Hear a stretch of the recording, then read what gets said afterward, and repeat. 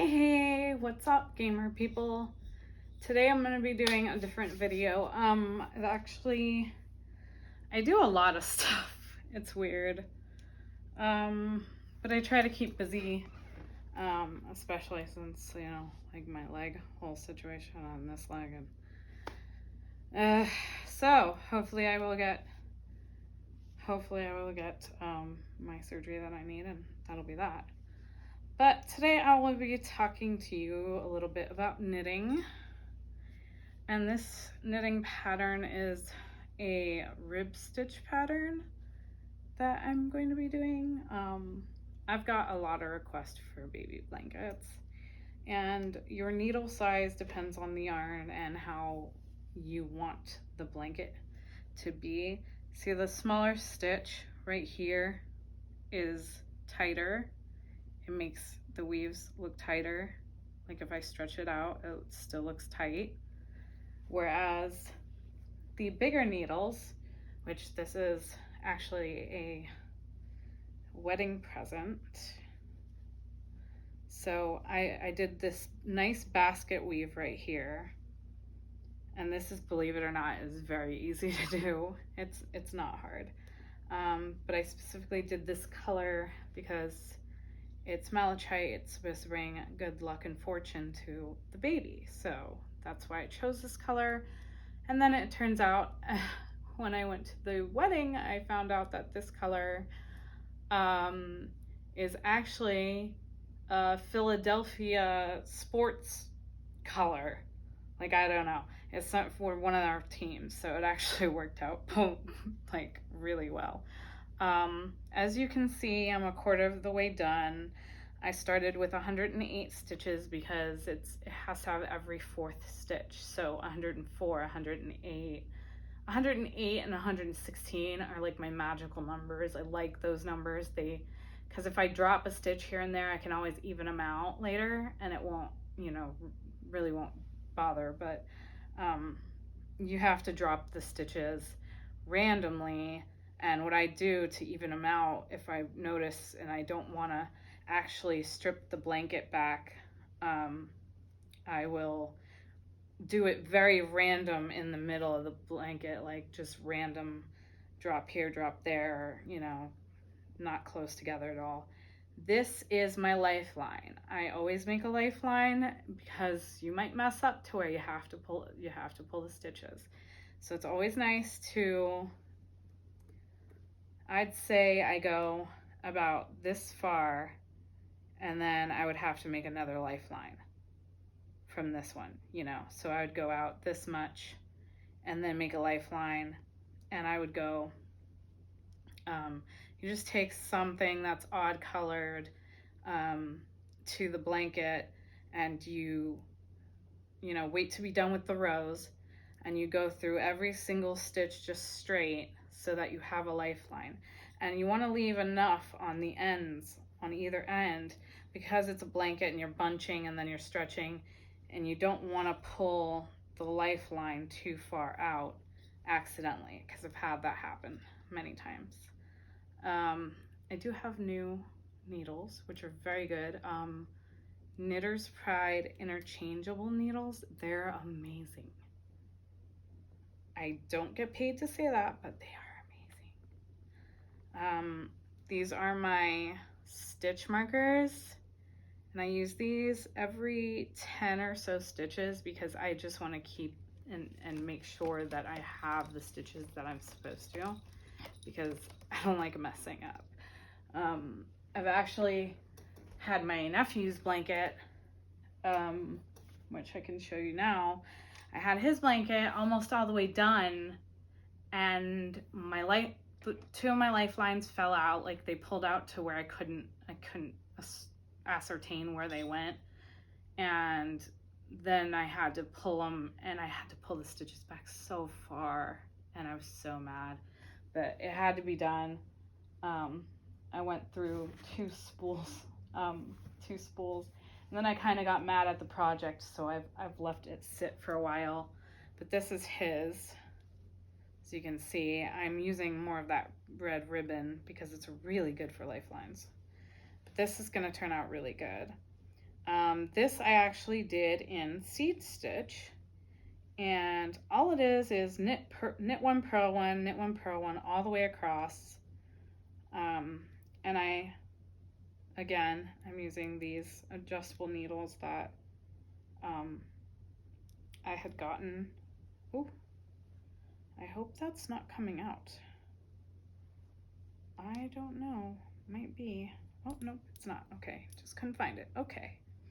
And I did the same thing here, 108, 116 stitches, something like that. And it's coming, this one's coming out really nice, but you can see it's a whole different pattern. And they have different patterns for different things. There are certain patterns that mean different things, apparently. I found that out. It's really weird. Sure, my grandmother probably knew that, but I did not. So I actually have this really spifferific knitting bag that my roommate got me from Amazon. And it has all these pockets and my grandmother's needles, and it's really awesome actually. I can keep all my projects in it has like holes for you to put if you want to put like the yarn through the bag and have it come out that way. I stopped doing that. I only have one of them that's like that because it's kind of hard to interchange if I want to change projects. But this is the one I'm working on right now. Well, I'm working on the other one, but I am out of yarn and I don't want to run out. It's supposed to be here soon, but that malachite color is really popular. And I guess because whatever sports team that is, there was a lot of it. And I was like, oh, okay, I'll get this one. And there's a lot of it, you know. And then I guess that sports season hit or something, and everybody's out of it. It's crazy. So I've been working on my friend's blanket. She doesn't know that I'm making it. I don't think she has time to watch this because of the baby, but if you do, Hertzy twin, it's not my fault that you spoiled this surprise, okay? So with this one, I'm just doing a rib stitch that I actually got. I'm gonna do twisted ribbons on it, so all the ribs are going to look straight like this, and then I'm gonna twist them. And here I have a couple books actually. They were my grandmother's. So they're probably really old and you might not be able to find them unless you go to like a bargain bin or something. But this one I find very hard to follow. I don't know what it is about it.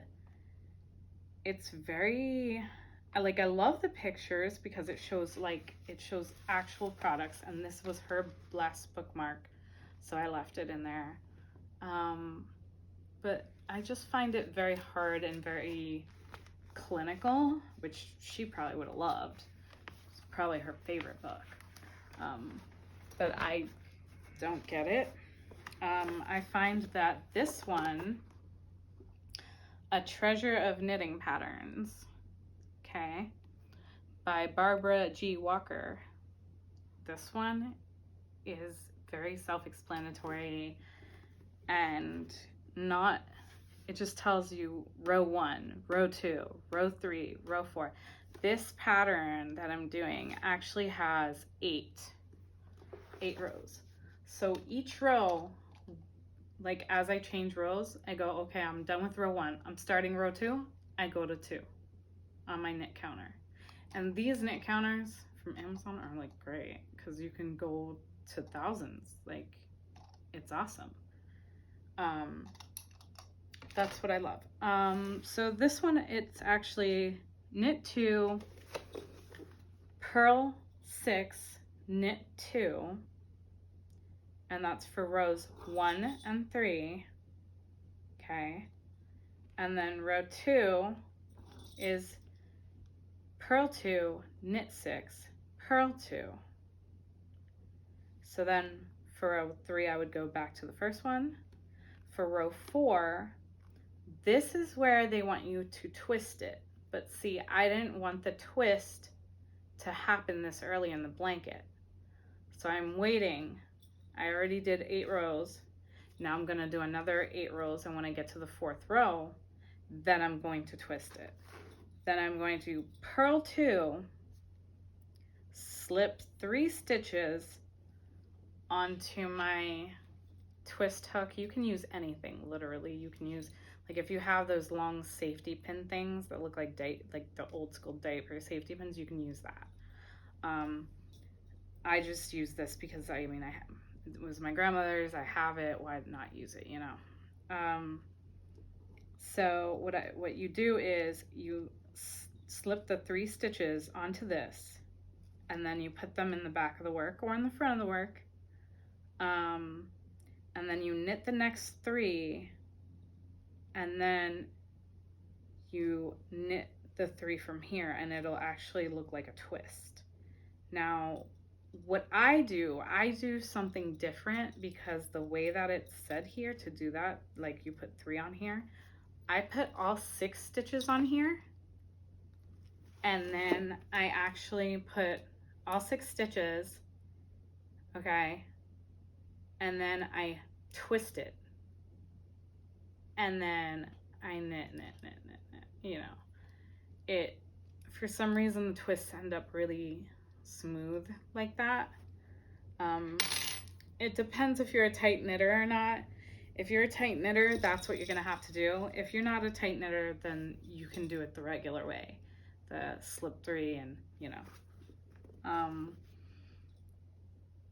I've been fluctuating lately. So then you do rows 5 and 7 as you would do 1 and 3, and you do rows 6 and 8 as you would do row 2. So this is very easy to follow compared to that book. So I do recommend, if you're gonna get into knitting, not only get a knitting book, but go see that, like actually feel the knitting book. You have to actually look at the knitting book to see if it's going to be correct for your brain to understand. And this has like little abbreviations and stuff, but all the abbreviations are actually in the index in the beginning. Like it tells me what that means, exactly what that means. So I do like it. It actually does have the patterns, so you can see kind of what I'm going for with the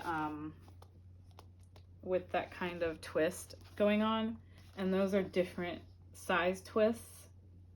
So I just think it's very helpful to know what I'm getting into and what it's going to do.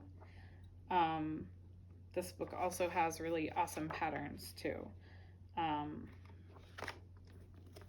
Wow, I said a lot in that video, didn't I? Oh well, video's already done. So, yep, that's what I'm doing. I'm probably going to do, there's so many stitching videos out there actually. Let's see. There was one called Blue Mouse Knit, or Blue Cheese, no, something Blue Mouse.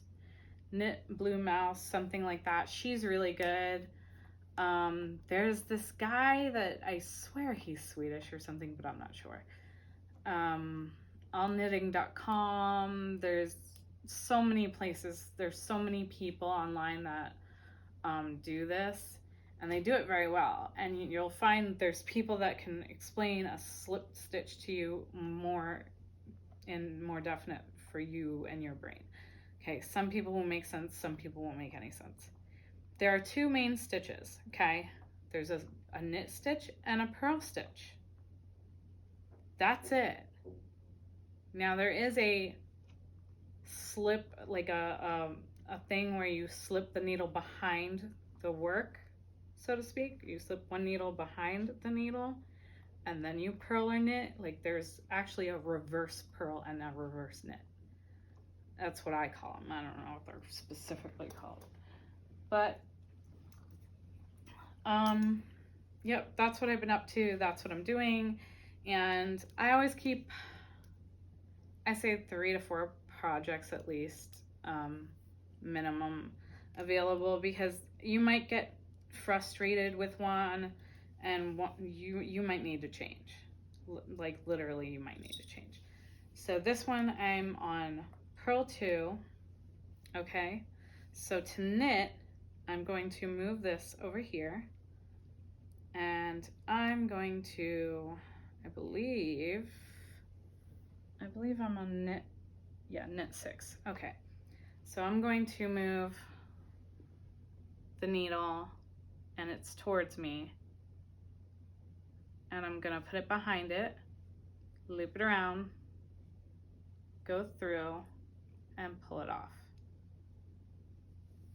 Now, your tension is how you keep this, okay? It's how soft you keep this, or there's many ways to hold it actually. So you could go like this, so it glides right through. You go like this, so you have more control. I like doing that. So I would go knit 2, 3,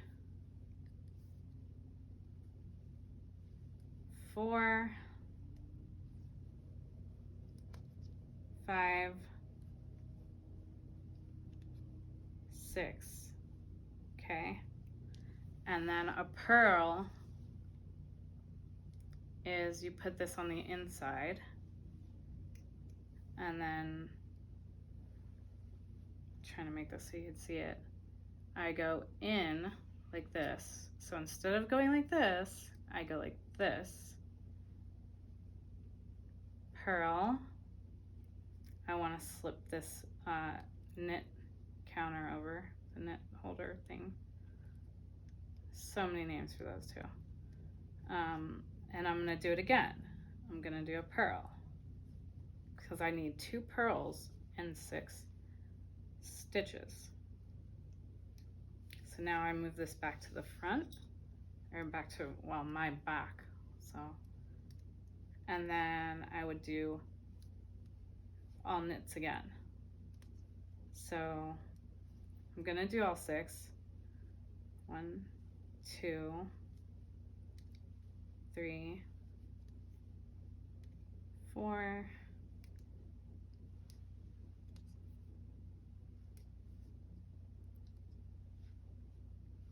5,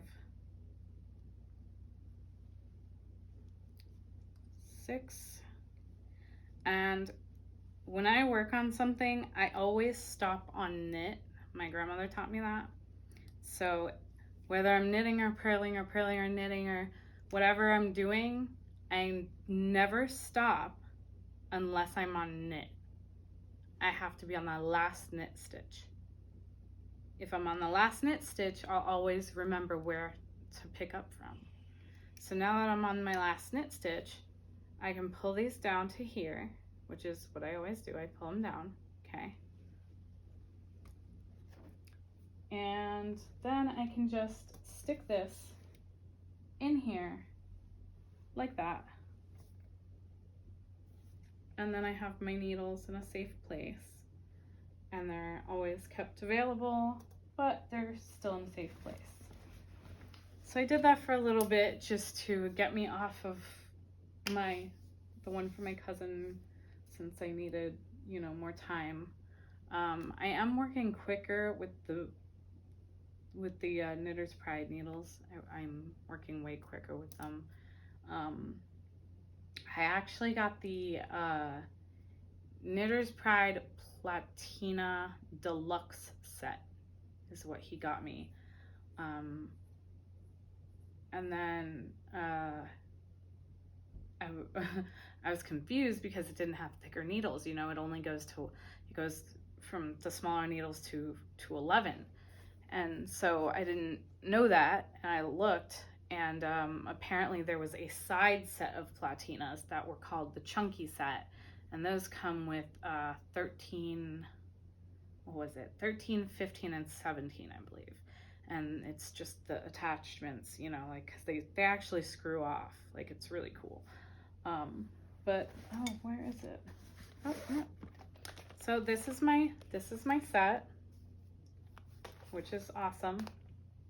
And thank you to my aunt and uncle, Uncle Ronnie, Aunt Marcia, because you're the reason that I actually have the chunky needles so that I can do the chunky blankets.